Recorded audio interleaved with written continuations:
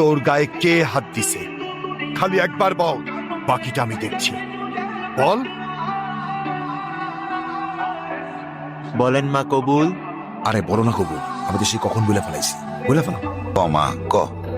আমি কবুল বলবো না। মা কবুলটা ক। বললাম তো আমি একবার, আমি কবুল বলবো না। আমি ওনাকে বিয়ে করব না। বিয়ে করবি না মানে? করবে না মানে করবে না। আর নো মিন্স নো। তুই আবার এনেছিস? ওরে আজকে আমি